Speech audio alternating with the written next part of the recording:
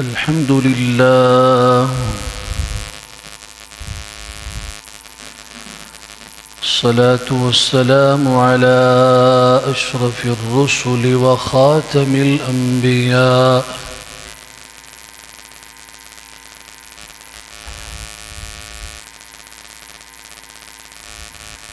صلى الله تعالى عليه وعلى آله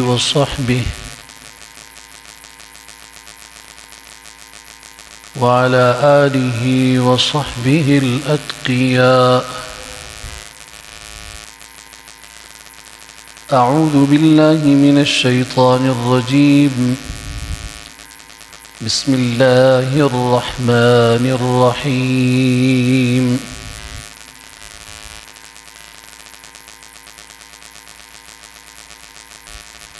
والذين يرمون المحصنات ثم لم يأتوا بأربعة شهداء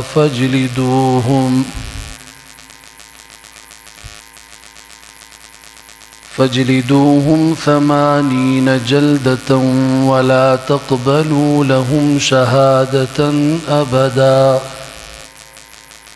وأولئك هم الفاسقون.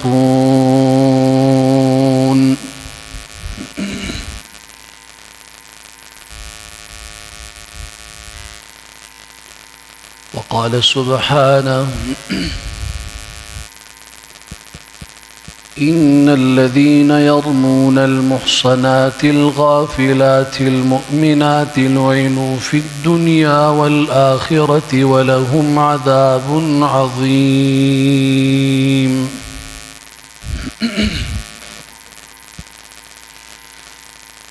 وقال تبارك وعز وجل: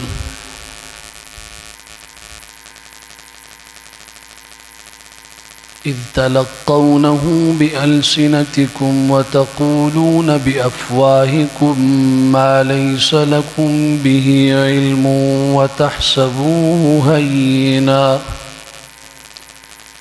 وهو عند الله عظيم.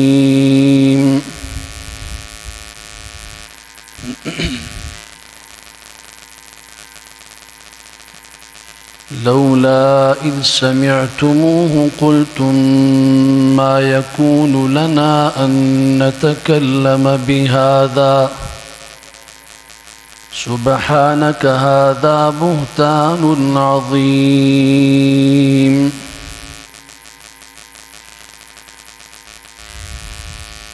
وقال سبحانه: يا أيها الذين آمنوا إن جاءكم فاسق بنبأ فتبينوا أن تصيبوا قوما بجهالة فتصبحوا على ما فعلتم نادمين.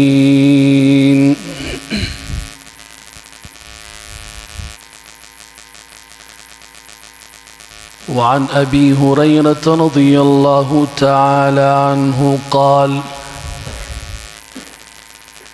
قال رسول الله صلى الله عليه وسلم: 5 ليس لهن كفارة. وذكر فيهن وبهت المؤمن، أو كما قال رسول الله صلى الله تعالى عليه وسلم: صدق الله وصدق رسوله المصطفى صلى الله عليه وسلم، ونحن على ذلك لمن الشاهدين والشاكرين، والحمد لله رب العالمين.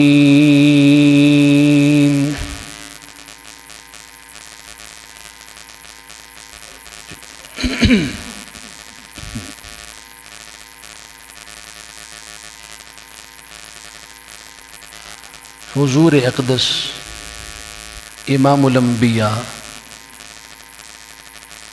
خاتم النبیین محمد الرسول اللہ صلی اللہ علیہ وسلم کی دعاؤں میں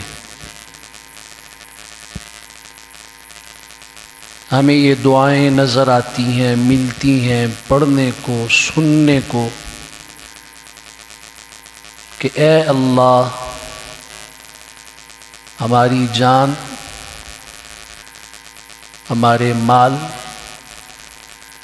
ہماری عزت آبرو کی حفاظت فرما۔ آپ بھی یہ دعا مانگا کریں، اللہ ہماری جان کی، مال کی، عزت اور آبرو کی حفاظت فرما۔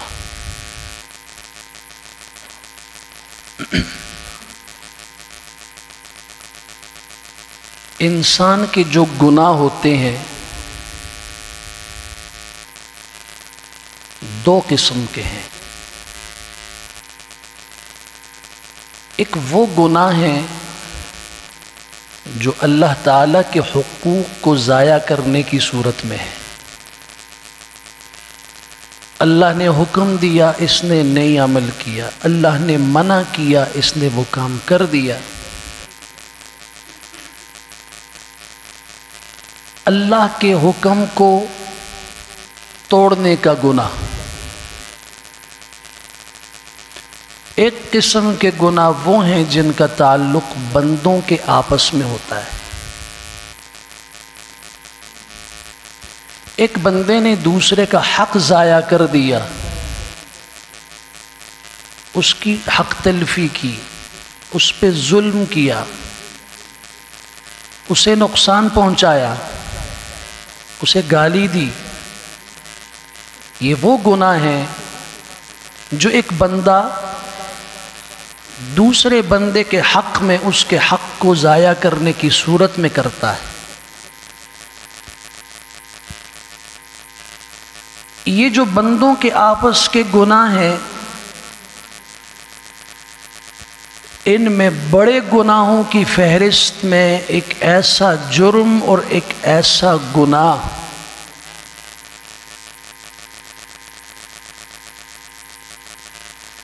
جس میں ہر دور کے انسان مبتلا رہے ہیں، اور آج حاشا وکلا خوش قسمت ہے وہ انسان جو اس گناہ سے بچا ہوا ہے۔ میں مانتا ہوں وہ نماز بھی پڑھے گا، زکوٰۃ بھی دیتا ہے، تہجد بھی پڑھتا ہے، روزے بھی رکھتا ہے، حج اور عمرے بھی کرتا ہے، صدقے بھی کرتا ہے، مساجد بھی بناتا ہے، مساجد کو آباد کرنے کی کوششیں بھی کرتا ہے۔ لیکن اس سب کے باوجود اس گناہ کے جس کی میں بات کرنے والا ہوں، اس کی سنگینی سے، اس کے انجام سے غافل ہو کر اس گناہ میں مبتلا بھی ہے۔ اسلام ایک ایسا کامل اور خوبصورت ضابطۂ حیات اور دین ہے، صرف مسلمان کو نہیں، صرف انسان کو بھی نہیں، کائنات کے جو کیڑے مکوڑے ہیں، جو درندے ہیں، جو بے جان، جو بے زبان جانور تک ہیں، ان کے غلط استعمال کی اجازت نہیں دیتا۔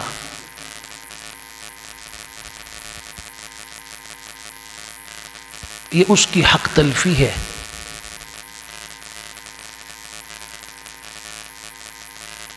میں ایک چھوٹی سی مثال دے رہا ہوں۔ حضور اقدس صلی اللہ علیہ وسلم نے استنجا کرنے میں ہڈی کے استعمال کرنے سے منع فرمایا۔ جب استنجا کرو ڈھیلا پتھر استعمال کر سکتے ہو، ہڈی نہیں استعمال کرنا۔ کیوں؟ فَإِنَّهَا زَادُ إِخْوَانِكُمُ الْجِنِّ، یہ تمہارے جنات بھائیوں کی خوراک ہے۔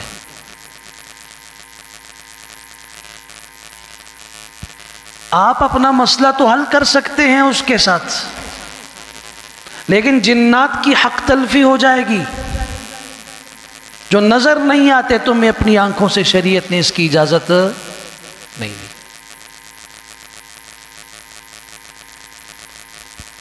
یہ جو جرائم ہیں ان کی فہرست میں ایک بڑا جرم ہے، اللہ تعالیٰ اس سے ہماری حفاظت فرمائے، اور وہ جرم ہے کسی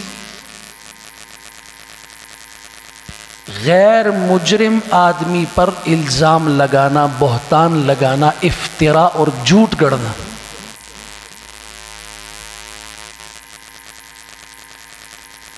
اس نے وہ کام کیا نہیں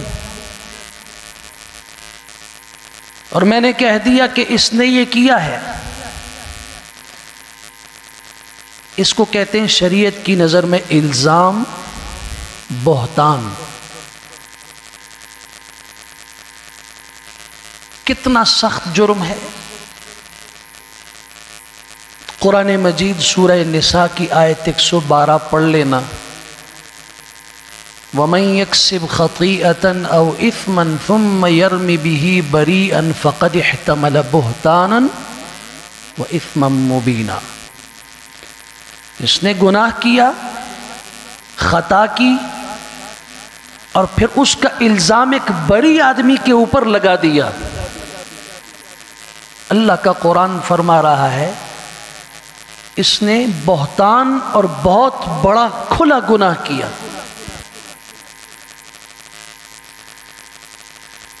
کتنا بڑا جرم ہے؟ اب سورہ نور کی آیت 24 پڑھ لیں۔ جن لوگوں نے ایسی بے خبر مومنہ عورتوں کے اوپر برائی کا الزام تھوپا جس کا انہیں پتہ تک نہیں تھا، لعنوا فی الدنیا والآخرہ، اس کائنات کی زندگی میں بھی اللہ کی لعنت ان پر برستی رہے گی، اللہ کی پھٹکار کا شکار ہوں گے اور قیامت میں بھی ہوں گے، وَلَهُمْ عَذَابٌ عَظِيمٌ۔ کتنا بڑا جرم ہے؟ الزام لگایا کسی عورت پر برائی اور بدکاری کا جس سے وہ بری تھی، بے خبر تھی۔ اٹھا لینا سورہ نور، اس کی آیت 5 کھول کے پڑھ لینا۔ والذین یرمون المحصنات ثم لم یأتوا بأربعة شہداء۔ شریعت کہتی ہے جب تم نے کسی عورت پر برائی کا الزام لگایا 4 گواہ پیش کرو۔ اور مسئلے کی نزاکت کو سمجھیے۔ میں نے شروع میں کہا کہ اسلام جان کا تحفظ بھی کرتا ہے، مال کا تحفظ بھی کرتا ہے، عزت کا تحفظ بھی کرتا ہے۔ اور آپ مالی دعویٰ جب کسی کے خلاف کرتے ہیں نا، اس کو ثابت کرنے کے لیے شریعت کہتی ہے 2 گواہ لے آؤ، 2 مرد نہیں، 1 مرد 2 عورتیں لے آؤ۔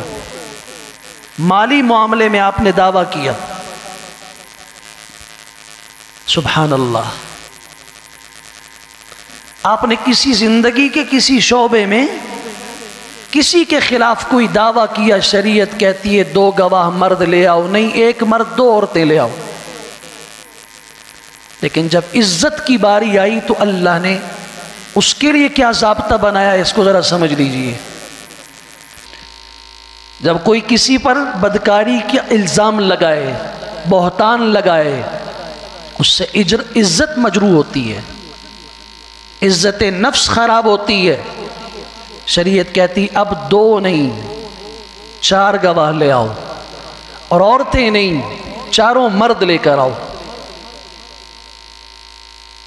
اور ان میں سے ہر ایک سے الگ کر کے قاضی سب سے زیادہ کسی مقدمے میں، میرے الفاظ دل کی تختیوں پہ لکھ لینا، سب سے زیادہ مقدمے میں باریکی کے ساتھ جو قاضی چھان بین کرے گا وہ یہ عزت نفس کے معاملے میں کرے گا۔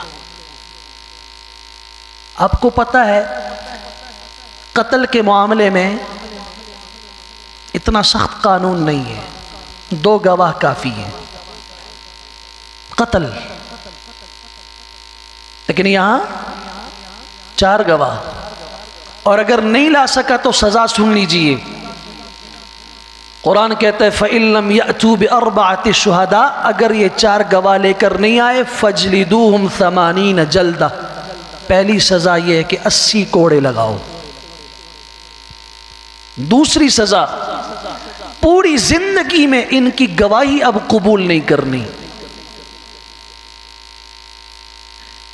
وَلَا تَقْبَلُوا لَهُمْ شَهَادَةً أَبَدًا، ساری زندگی ان کی اب گواہی،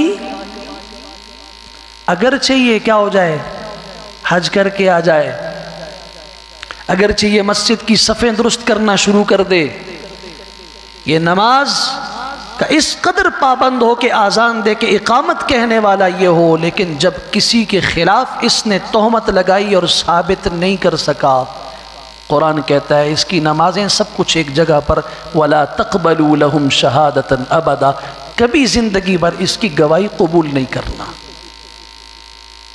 تیسری سزا وَأُولَئِكَ هُمُ الْفَاسِقُونَ، اللہ کی عدالت میں، اللہ کے کاغذات میں، اللہ کے علم میں، اللہ کے فیصلے میں، اللہ کی عدالت میں اللہ نے اس کے اوپر فاسق ہونے کی مہر لگا دی، یہ فاسق ہے۔ ذرا اپنے گریبانوں میں جھانک کے دیکھ لیجئے، ہر شوہر اپنی بیوی کو بڑی آسانی سے کہہ دیتا ہے، اس کے اوپر کوئی ایسا الزام اور ایسی بات کر دیتا ہے۔ آپ چلے جائیں سندھ میں، پنجاب میں، اور اپنے معاشرے میں بھی ایسا ہی ہے۔ اکثریت کے مسائل جو سامنے آتے ہیں تو یہ ملتا ہے کہ جی شوہر بیوی کے اوپر شک کی نگاہ رکھے ہوئے ہے اور وہ اپنے شوہر پر شک کی نگاہ رکھتی، اور پھر اللہ تعالی ہمارے معاشرے کو ہدایت نصیب فرمائے۔ کم از کم یہ دعا اللہ سے مانگ لیا کرو، اللہ میرے سینے کو ہدایت سے منور فرما، ہدایت کاملہ، ناقص نہیں۔ پھر جس کو کہتے ہیں نا مصیبت یہ ہوئی اوپر کہ جب شک پڑا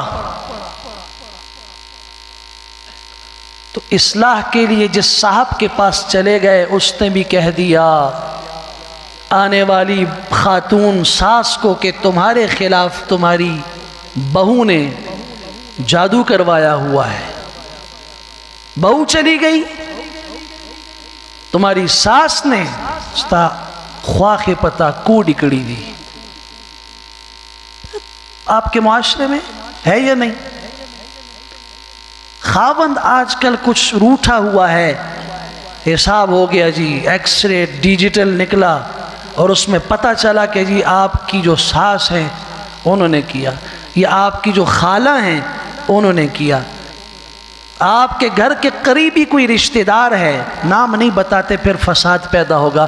ارے شیطان کے چیلے، تو نے جو فساد کی بنیاد پیدا کر دی، اگر تو نام لے لیتا ایک کا تو وہ متعین ایک سے دشمنی ہوتی، اب تو یہ گھر والا ہر رشتہ دار کو شک کی نگاہ سے دیکھے گا نہیں دیکھے گا؟ جذبات نہیں، اللہ کی قسم اس معاشرے میں بگاڑ ایسے لوگوں نے پیدا کیا ہے، اور ان کے اوپر جو لیبل ہے وہ مولوی صاحب کا ہے، اور کسی کے اوپر پیر صاحب کا ہے، اور کسی کے اوپر جناب والا مرشد کا ہے، اور پتہ نہیں کیا کیا لیبل ہے۔ میں اللہ کی قسم کھا کے کہتا ہوں کہ اسلام میں ایسی کوئی چیز نہیں ہے، شیطان ہے، شیطان ہے، شیطان ہے۔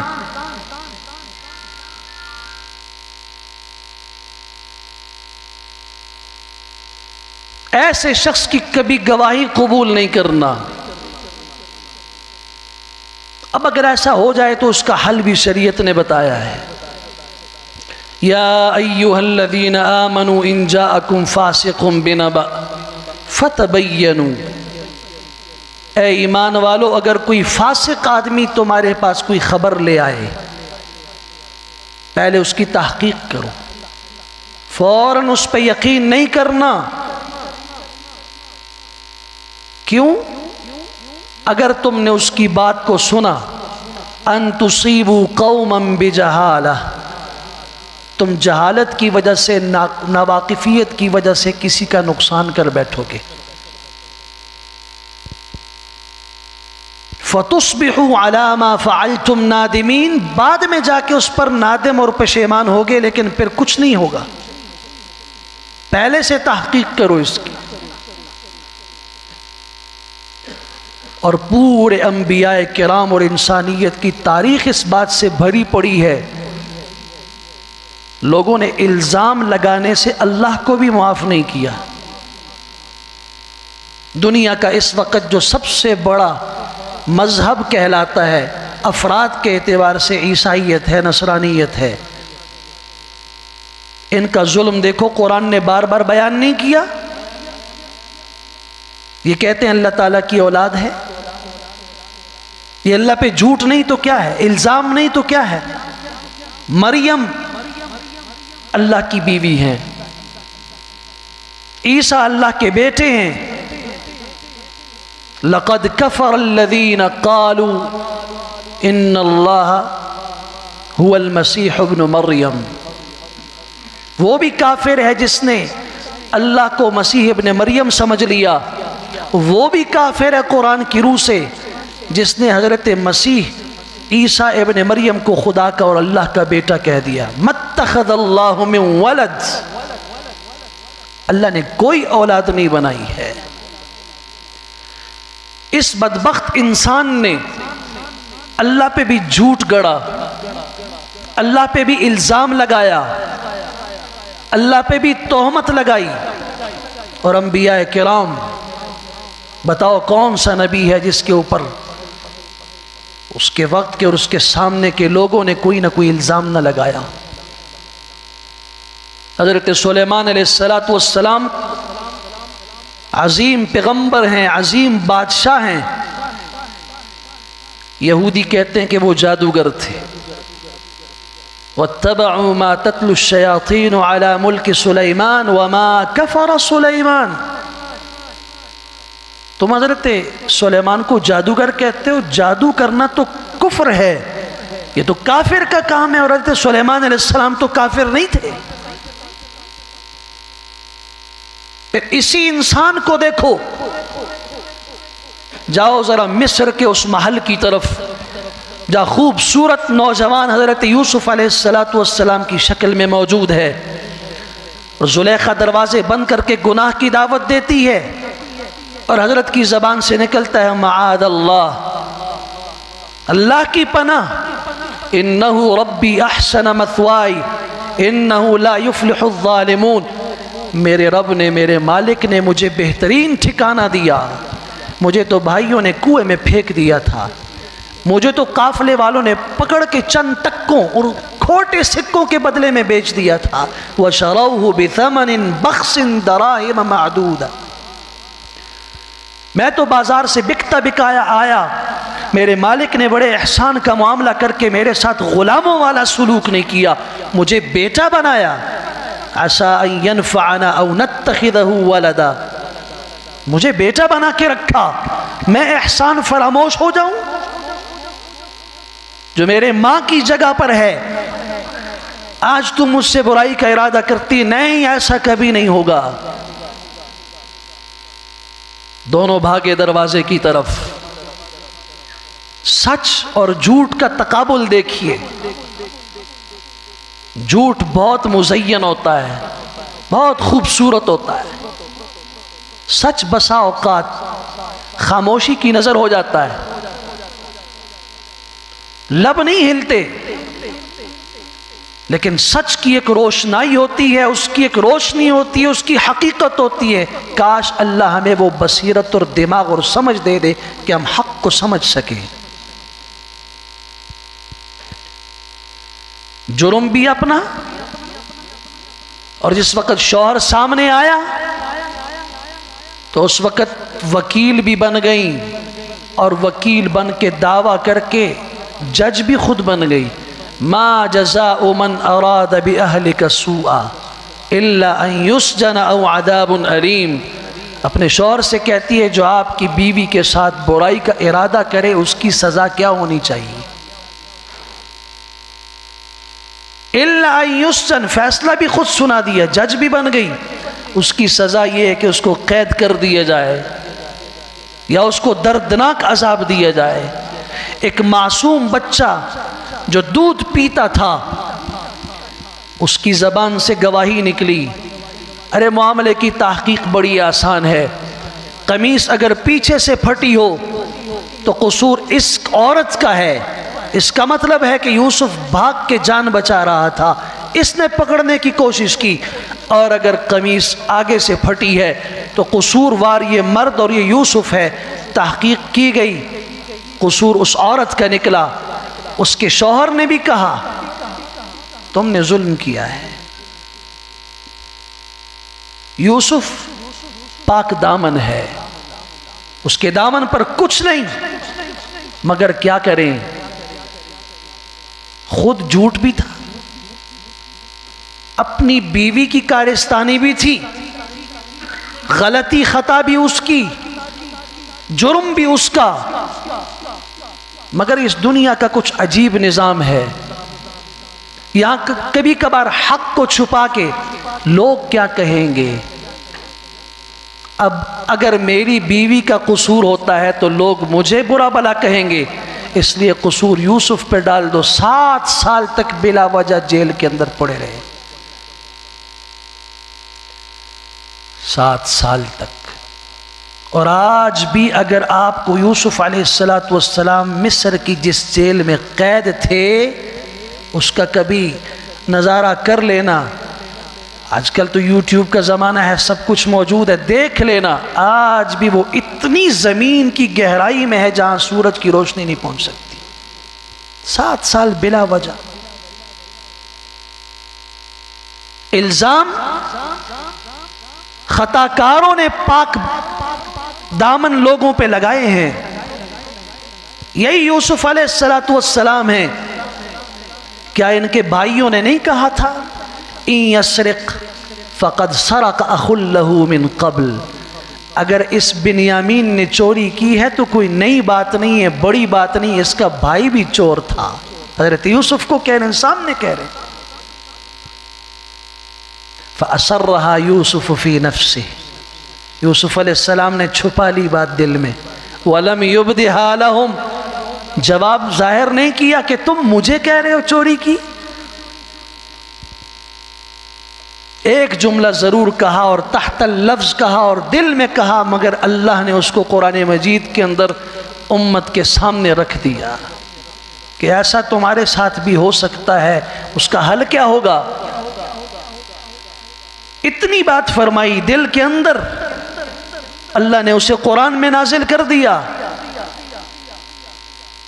انتم شر مکانا، بڑے برے لوگ ہو تم، قصور بھی اپنا ہے، ظلم بھی اپنا ہے، اور مجھے چور کہہ رہے ہو۔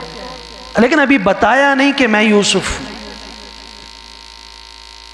حضرات انبیاء کو دیکھو، موسیٰ علیہ السلام کے اوپر قوم نے ایسا الزام لگایا کہ میں یہاں ممبر سے اس کو بیان نہیں کر سکتا ہوں۔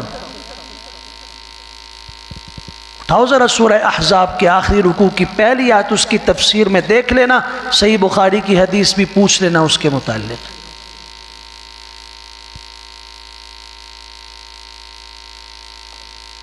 یہی لوگ تھے جنہوں نے الزام لگایا حضرت موسیٰ علیہ السلام پر کہ موسیٰ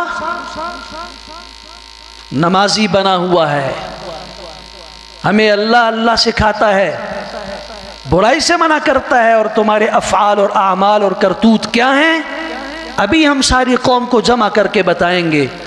اٹھاؤ علامہ ابن جوزی کی صفت الصفوہ، اٹھاؤ شعب الایمان امام بہقی رحمت اللہ تعالی علیہ کی، اٹھاؤ سیرت اور تاریخ کی کتابیں، نہیں لکھا گیا یہ میدان میں حضرت موسیٰ علیہ السلام جیسے جلیل القدر پیغمبر کو کھڑا کیا گیا، اور بات کیا ہے، ابھی سب کچھ پتا چل جائے گا، تمہاری حقیقت لوگوں کے سامنے آ جائے گی، تم ہمیں کیا کہتے ہو اور تم اندر سے کیا ہو۔ ساری قوم مصر کی تماشا دیکھنے کے لیے کھڑی ہے، اور پیغمبر کھڑا ہے، جی کیا مسئلہ ہے بولو۔ تنے تنہا عورت کو بلایا، بتاؤ موسیٰ نے کیا کیا تمہارے ساتھ؟ لا الہ الا اللہ۔ کیا اللہ قادر نہیں تھا کہ اپنے اس پیغمبر کی عزت کو بچانے کی خاطر اس پوری مصر کی قوم کو جو تماشے کے لیے جمع تھی زمین میں دسا دیتا؟ حالات بیان کیے ہمارے سامنے کہ تمہارے گھر گھر میں یہ مسئلے پیدا ہوں گے، تم نے کبھی ان الزاموں پر، بہتانوں پہ توجہ نہیں دینی۔ تم حقیقت پسند قوم ہو، تم مسلمان ہو، تمہاری شان یہ ہے کہ کفا بالمرء کذبا ان یحدث بکل ما سمع، آدمی کے جھوٹا ہونے کے لیے یہی کافی ہے کہ وہ سنی ہوئی بات آگے بلا تحقیق بیان کر دے۔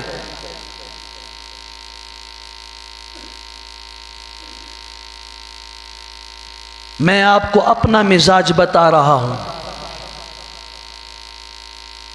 بدکار عورت کے کوٹھے سے اور اس کے گھر اور محلے اور کوچے سے نکلتے ہوئے آدمی کو بھی اگر دیکھو، ہماری شریعت ہمیں کہتی ہے کہ بدگمان نہیں ہونا، ہو سکتا ہے کہ یہ وہاں تبلیغ کے لیے گیا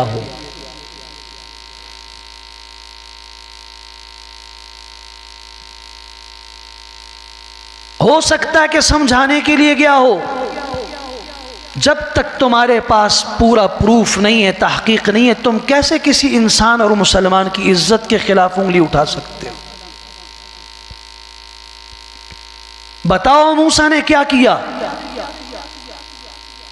حضرت موسیٰ علیہ السلام نے فرمایا رکو، پہلے مجھے اپنے رب کے حضور 2 رکعت پڑھنے دو۔ نماز پڑھی، اے اللہ زمین کے سارے جھوٹے اکٹھے ہیں، کچھ نے جھوٹ گڑا، کچھ جھوٹ گڑنے کے لیے تیار ہوئے، کچھ سننے اور تماشے کے لیے تیار ہوئے۔ اللہ حقیقت حال سے آپ واقف ہیں، میں تو آپ کا پیغام لے کے ان کے پاس جاتا ہوں، میرا تو اپنا ذاتی ان سے کوئی مطالبہ نہیں ہے، میں تو آپ کی دعوت، آپ کی تورات، آپ کا قانون، آپ کی شریعت، آپ کا دین، آپ کا حکم لے کے ان کے در پہ جاتا ہوں۔ نماز سے فارغ ہوئے ہیں، وہ عورت کانپنے لگی، بولو نا کیا کیا؟ اس نے کہا اللہ کی قسم، اللہ کی قسم، ایک سفید کپڑا جس پہ کوئی داغ اور دھبا نہ ہو وہ اتنا پاک نہیں ہے جتنا موسیٰ پاک ہے۔ مجھے دولت کا لالچ دیا گیا، مجھے جواہرات بتائے گئے، سونے چاندی اور خزانے، اور مجھے تیار کیا گیا کہ تم نے پاکیزہ ہستی پہ انگلی اٹھانی ہے۔ میری زبان بھی لڑکھڑا رہی ہے، میرا بدن بھی کانپ رہا ہے، اور میں جھوٹ نہیں بول سکتی۔ جو آئے تھے بے عزت کرنے اور عزت کا جنازہ اٹھا کے آج ہم وہ ان کی زبان کی حقیقت اور حق اور دعوت کو بند کر دیں گے، اللہ نے انہی کی زبانوں کو بند کیا۔ حضرت پھر جب غصے میں آئے، جلال میں آئے، اللہ انہوں نے کئی الزام لگائے، انہوں نے مجھے جادوگر کہا، انہوں نے کہا کہ یہ ہمارے مال پہ نظر رکھتا ہے، انہوں نے کیا کچھ نہیں کہا، برداشت کیا۔ جھوٹا مجھے کہا، میں نے برداشت کیا، لیکن آج انہوں نے حد کر دی۔ کس نے کیا؟ یہ اشارہ کیا قارون کی طرف، یہ جو آپ کے چچا کا بیٹا ہے، کوئی اور نہیں، چچا زاد ہے آپ کا۔ یا اللہ اس کا وہ حشر کر کے قیامت تک انسانیت یاد رکھے۔ میرے اللہ نے فرمایا موسیٰ میں نے زمین کو تمہارے تابع کر دیا، اٹھاؤ ابن کثیر کو، زمین کو آپ کے تابع کر دیا، زمین کو آج جو تو حکم دے گا وہ کرے گی۔ حکم دیا اس کو اپنے اندر لے لے۔ قرآن کہتا ہے فَخَسَفْنَا بِهِ وَبِدَارِهِ الْأَرْضِ، کچھ لمحے پہلے کچھ عجیب منظر تھا، وہ بھی قرآن نے بیان کیا۔ فَخَرَجَ عَلَىٰ قَوْمِهِ فِي زِینَتِهِ، زیب و زینت کے ساتھ آراستہ ہو کے، جبہ وبہ پہن کے، خوشبوئیں لگا کے، بڑا مزین ہو کے نکلا تھا تکبر کے ساتھ۔ ابھی جو بد دعا ہوئی ہے زمین نے اس کو گھٹنوں تک اپنے اندر لیا، اور یہ منت کرنے لگا۔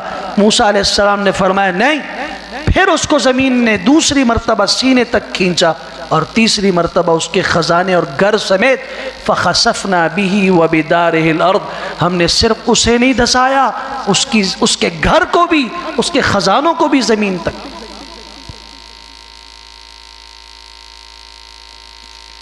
لوگوں نے کیا ایسا، اس لیے آج میں اس طالب علم سے بھی کہتا ہوں، اس عالم سے بھی کہتا ہوں، اپنے آپ سے بھی کہتا ہوں اور آپ سے بھی کہتا ہوں، نہ کسی پر الزام لگاؤ، اور نہ جب کوئی لگائے تو اس کے خلاف ایسا قدم اٹھاؤ کہ جو اللہ کی ناراضگی کا سبب ہو۔ وہ کام کرو جو حضرات انبیاء نے کیا ہے۔ زیادہ سے زیادہ یہی ہے کہ اس کے خلاف بد دعا کی جا سکتی ہے جو حضرت موسیٰ علیہ السلام نے فرمائی تھی۔ حضرت مریم جیسی پاکیزہ عورت جو مسجد اقصی کی خدمت کرنے والی ہے، ابھی پیدا نہیں ہوئی، ماں نے نظر مانی میرے پیٹ میں جو کچھ ہے اللہ آپ کے گھر بیت المقدس کی خدمت کے لیے وقف ہے، وہ بچی پیدا ہو گئی، اللہ نے فرمایا یہی خدمت کرے گی بلا معاوضہ، بغیر کسی تنخواہ کے مسجد اقصی کی خدمت کرتی رہی۔ وہ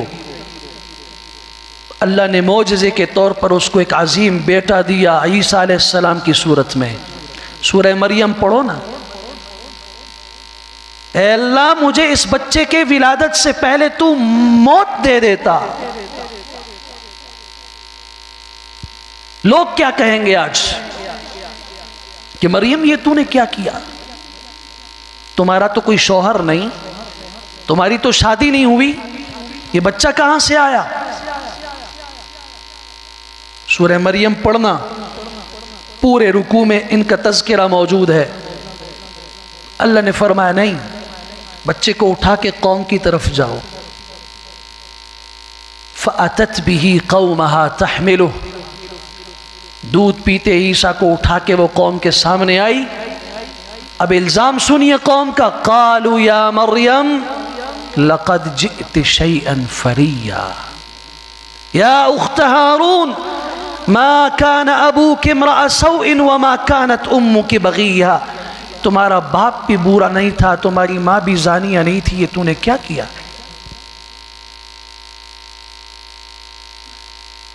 مجھے اللہ کی عزت کی قسم، میں بڑی بات نہیں کرتا، آپ میں سے ہر ایک سے پوچھ رہا ہوں، آپ نے گلاس میں پانی ڈالا، اس کو رکھا ٹیبل پر، وہ گلاس کا پانی کوئی پی گیا، آپ نے گھر والوں سے پوچھا کہ یہ پانی آپ نے پیا؟ انہوں نے کہا نہیں۔ بچے پہ سختی کی آپ نے، تم نے پانی پیا ہے؟ تو جب آپ سختی کر کے کہتے ہیں، وہ روتے ہوئے کہتا ہے ابا جی میں نے نہیں کیا، پانی تھا، اگر میں پیتا تو میں بتا دیتا۔ ایک پانی کا الزام بچہ تک نہیں برداشت کر سکتا۔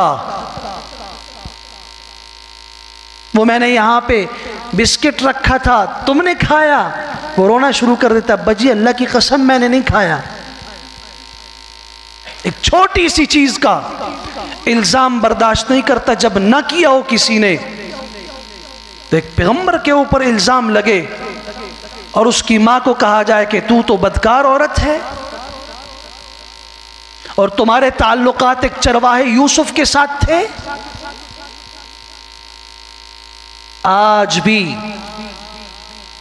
وہ عیسائی جو اپنے آپ کو عیسائی کہتے ہیں، ان کا ایک طبقہ یہ کہتا ہے کہ حضرت عیسیٰ علیہ السلام بغیر باپ کے نہیں پیدا ہوئے تھے، ان کا باپ یوسف تھا۔ مسلمان کہنے والے اپنے آپ کو بہت سارے لوگ ہیں، منکرین حدیث پڑھیے، وہ کہتے نہیں، یہ اللہ کا قانون نہیں ہے۔ ہم کہتے ہیں کہ اللہ کی قدرت نہیں؟ بغیر ماں باپ کے حضرت آدم کو نہیں پیدا کیا؟ اما حوا کو کس سے پیدا کیا؟ اور جب ہم سب خاک میں مل جائیں گے، دوبارہ اللہ ہمیں قیامت کے دن زندہ کرے گا، کون سے ماں کے پیٹ سے لائے گا؟ وہ اسی مٹی میں خاک ہو جائیں گے، پھر وہ زندہ کرے گا۔ وہ رب قادر ہے اس کے ہاں قوانین نہیں چلتے، وہ قانون کا پابند نہیں ہے، قانون کے پابند ہم ہیں۔ وہ جیسے چائے کر دیتا ہے، وہ پتھر سے نہریں جاری کر دیتا ہے، وہ لاٹھی مارنے کے اوپر دریا اور سمندر بحیرہ قلزم کو 12 حصوں میں تقسیم کر دیتا ہے۔ اس کی قدرت کو یوں نہ سمجھو۔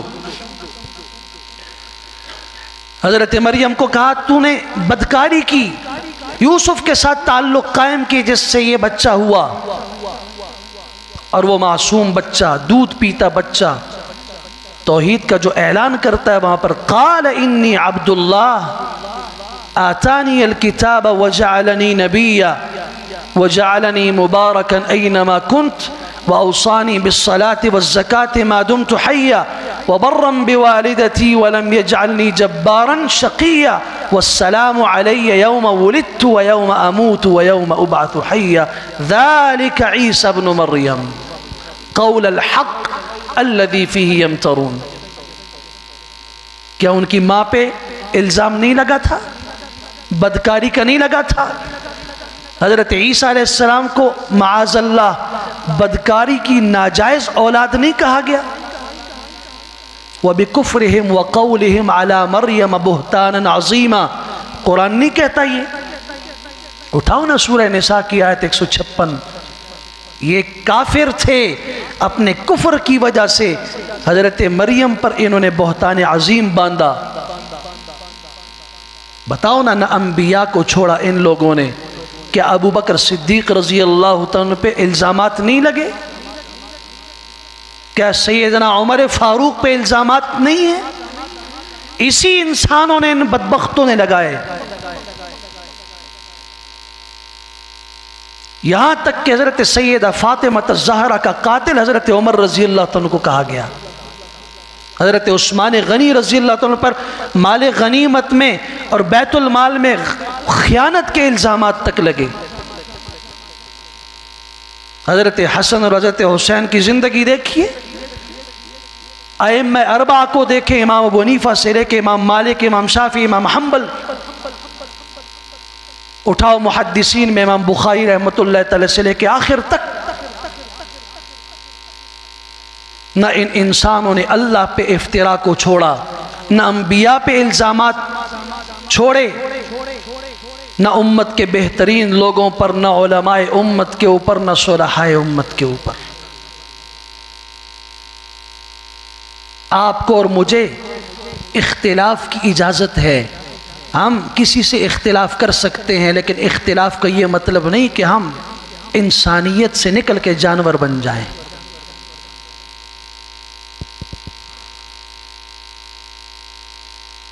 یہ جو سیاسی قائدین آپ حضرات کے ہوتے ہیں، ان کے اوپر جب مالی